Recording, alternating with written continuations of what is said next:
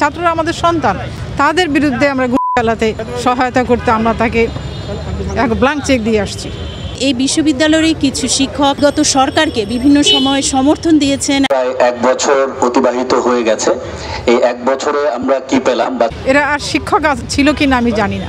তাদেরকে দ্রুত শাস্তির আওতায় এনে দেশে একটি শান্তিপূর্ণ পরিস্থিতি তৈরি করা হবে। 1 বছর অতিবাহিত হয়ে গেছে। এই 1 বছরে আমরা কি পেলাম বা জুলাই আন্দোলন থেকে কি পেলাম? 18 জুলাই আমরা দেখেছি আমাদের ছাত্রদেরকে রক্তাক্ত হতে এবং সাধারণ শিক্ষার্থীদেরকে লাঠিচার্জ করা হয়েছিল সেই সময়কার পেটোয়া, এখনকার নিষিদ্ধ ছাত্রলীগ। তাহলে সার্বিকভাবে যদি আমরা প্রেক্ষাপটটা বলতে চাই, একদিনে কিন্তু জন্ম হয়নি।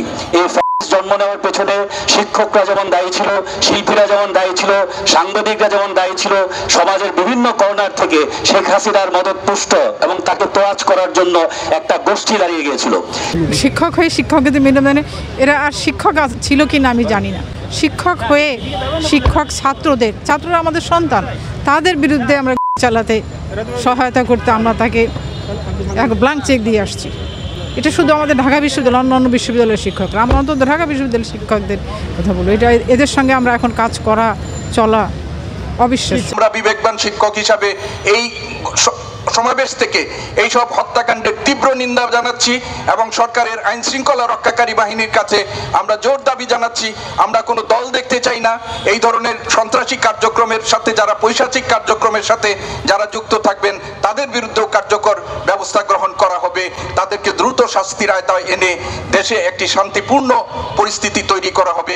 আমরা দেখেছি এই বিশ্ববিদ্যালয়ের কিছু শিক্ষক এবং তারা অনেক উচ্চ পর্যায়ের শিক্ষক, তারা এই বিগত সরকারকে বিভিন্ন সময় সমর্থন দিয়েছেন এবং তারা এমনকি যেহেতু এখন জুলাই মাস, এই মাসটাতে যে গণ অভ্যুত্থান হয়েছে সেই সময়ও কিন্তু তারা সমর্থন দিয়েছে এবং বলা হয়েছে যে অভ্যুত্থানে অংশগ্রহণকারী নিরীহ ছাত্র, নিরস্ত্র ছাত্র, তাদেরকে দমন করতে খুব শক্তভাবে হস্তক্ষেপ করা, এমনকি গুলি পর্যন্ত পরামর্শ এসেছে, যেটা খুবই ন্যাক্কারজনক এবং এটা কোনোভাবেই গ্রহণযোগ্য না।